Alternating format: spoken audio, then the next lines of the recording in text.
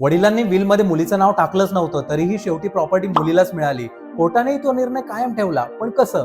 Property planning करत असाल तर हा व्हिडिओ सेव्ह आणि शेअर करा, कारण विल बनवल्यानंतरही प्रॉपर्टी कोणाला मिळेल हे काही वेळा बदलू शकतं. या प्रकरणात आई वडिलांनी एक जॉईंट विल बनवली होती. त्यात प्रॉपर्टी मुलांना द्यायची आणि मुलींना नाही असं स्पष्ट लिहिलं होतं.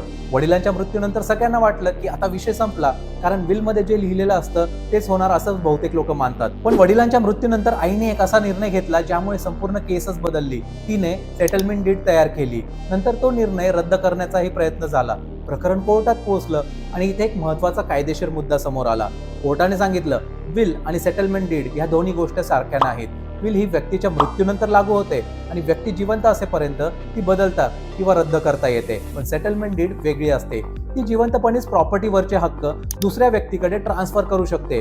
म्हणून एकदा वैध सेटलमेंट डीड झाली तर त्या व्यक्तीचा हक्क लगेच निर्माण होतो आणि फक्त नंतर मन बदललं म्हणून ती सहज रद्द करता येत नाही.